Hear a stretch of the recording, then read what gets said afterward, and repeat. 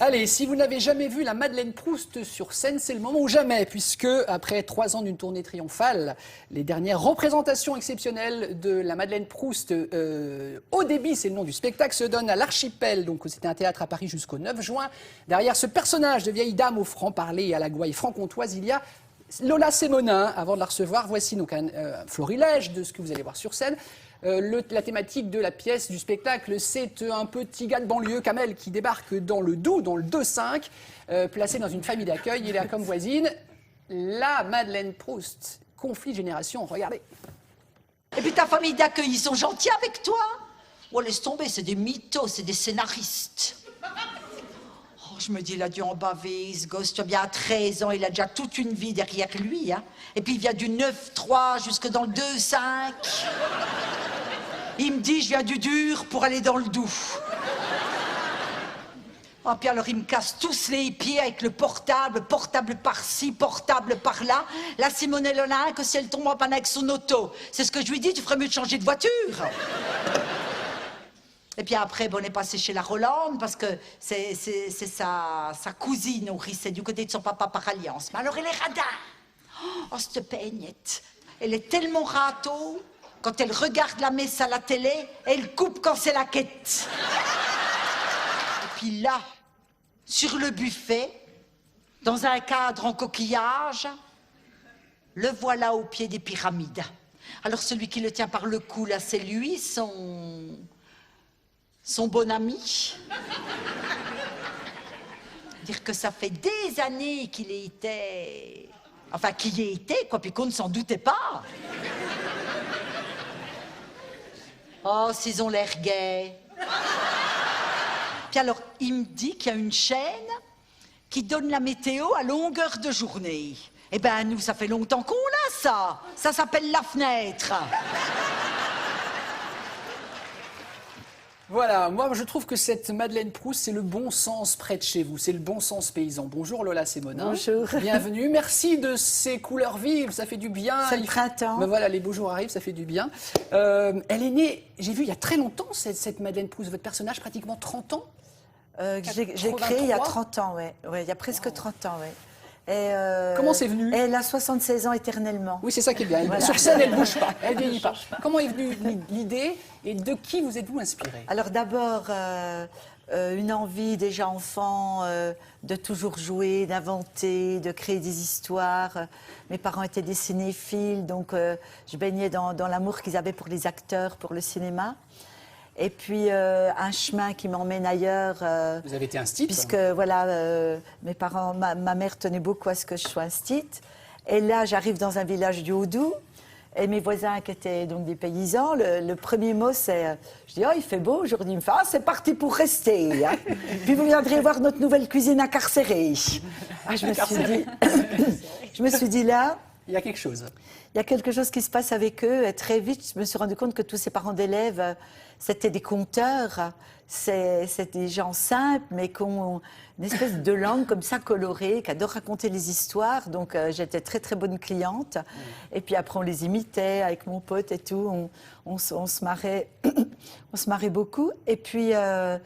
Est-ce qu'elle a existé, la Madeleine Proust, ou est-ce que c'est une espèce de personnage dont vous êtes inspiré comme ça, des voisines? Oui, c'est vraiment, à partir du moment où je me suis dit, bon déjà, Gérard est parti au Conservatoire d'art dramatique, j'ai voulu l'accompagner, et là tout de suite j'ai su que j'allais créer un personnage, et qu'il fallait que je trouve un personnage qu'on ne voyait pas, qui était unique.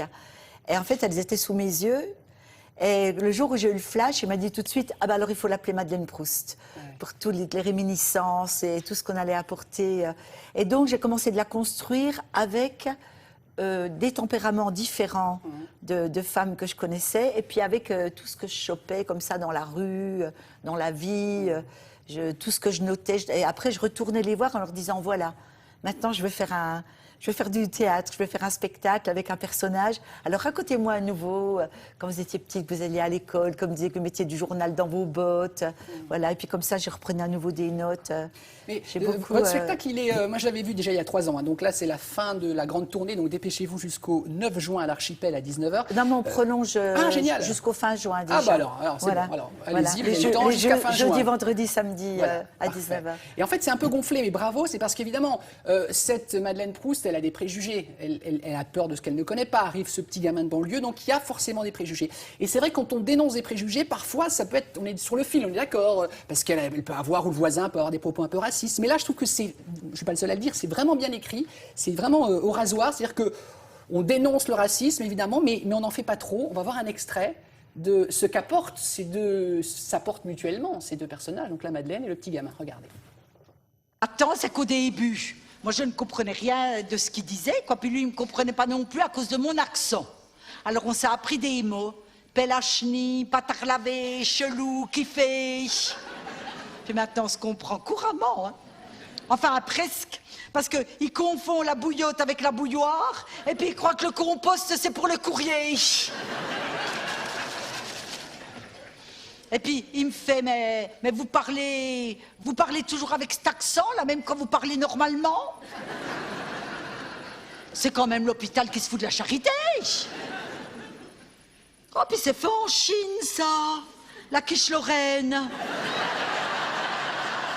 Oh, bah, vrai. Regarde-moi cette poule qui picore mes salades. Poule. File. Ne va pas sur la route. File.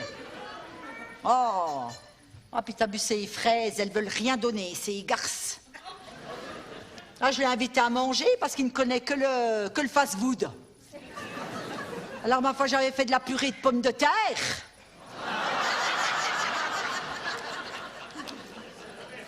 Des bonnes pommes de terre du jardin, du lait, de la crème, vous savez ce qu'il me dit? Oh, on dirait de la vraie. Alors, vous verrez en voyant le spectacle, elle a dû acheter la Madeleine Proust 10 mètres linéaires de tissu, donc la robe, la nappe, l'intérieur de l'horloge, enfin tout est du même tissu. C'est l'inattendu qui arrive tout le temps, quoi. C'est le monde de la Madeleine qui se met à envahir. C'est ça. Et les gens rient, maintenant c'est un running gag, vous verrez.